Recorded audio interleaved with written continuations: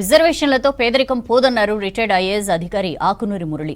ప్రతి ఒక్కరికి నాణ్యమైన విద్య అందినప్పుడు పేదరికం పోతుందన్నారు. రాష్ట్రంలో 1400 కుటుంబాలు చెట్ల కింద జీవనం కొనసాగిస్తున్నాయని తెలిపారు. ఎస్సీ కులాలు తీవ్ర అన్యాయానికి గురయ్యాయని చెప్పారు. ఎంఆర్పీఎస్ వ్యవస్థాపకుడు మందకృష్ణ మాదిగ ఆర్ఎస్ఎస్ బీజేపీకి మద్దతు ఇవ్వడమేంటని ప్రశ్నించారు. కాంగ్రెస్ 6 గ్యారంటీలు కింది స్థాయి నుంచి అమలు చేయాలన్నారు ఆకునూరి మురళి.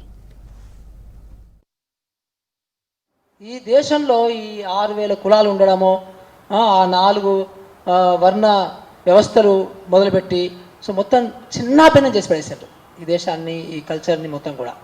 ఎందుకంటే ఎస్సీ ఎస్పీ టీఎస్పీ అనేది మన అసెంబ్లీ వాళ్ళే, మన వీళ్ళే, ఈవెన్ మొన్న పోయిన గవర్నమెంట్ కూడా అప్రూవ్ చేసి ఊరికే ఓట్ల గురించి అప్రూవ్ చేయడము, అసలు అమలుగా వచ్చేసరికి పక్కకు వెళ్ళిపోవడం.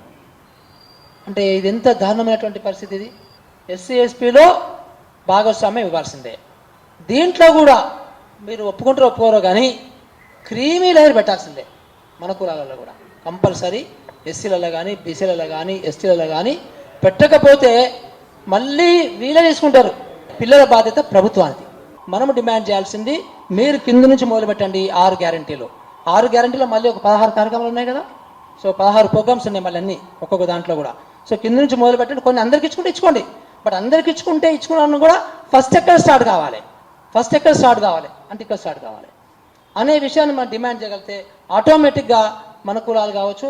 సో అంటే ఇట్లా పేదరికం అనేది రకరకాలుగా ఉంది. అందుకని నేను ఈ పేదరికంలో పనిచేసినాక ఒకటే అనుకునేది అంటే కులం వారిగా పేదరికం చూడడానికి లేదు. ఇది పేదరికం అంతే. సో అందులో సహజంగా కూడా మనం పేదరికం లిస్ట్ అవుట్ చేస్తే సహజంగా ఎస్సీలో వస్తారు. మీ గ్రామంలో 100 కుటుంబాలు ఉంటే రిజర్వేషన్తో బెనిఫిట్ అయిన వాళ్ళు ఎంతమంది ఉన్నారు మీరు లెక్క తీయండి చూద్దాం. 0% నుంచి ఒక ఎక్కువ 10% ఉంటారు. యావరేజ్గా 3 or 4% ఉంటుంది. 75 సంవత్సరాల్లో నీకు 3% 4% ఉంటే మరి 100% అభివృద్ధి కావడానికి నీకు ఎన్ని సంవత్సరాలు పడుతుంది అంటే ఇంకొక 600-700 ఏళ్ళు పడుతుంది.